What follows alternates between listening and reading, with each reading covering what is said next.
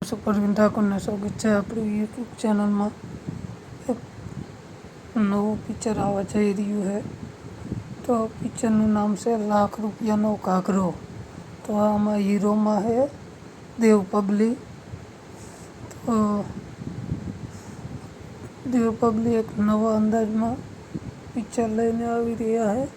તો આ પિક્ચર આવશે 2025માં, 2025 સુધીમાં આવી જશે। તો હવે 2024નું અડધું વર્ષ રહ્યું છે, અડધામાં અડધું, બહુ હવે વાર નહીં, 2025 આવી જશે। અને દેવ પગલીના 2-3 પિક્ચર છે।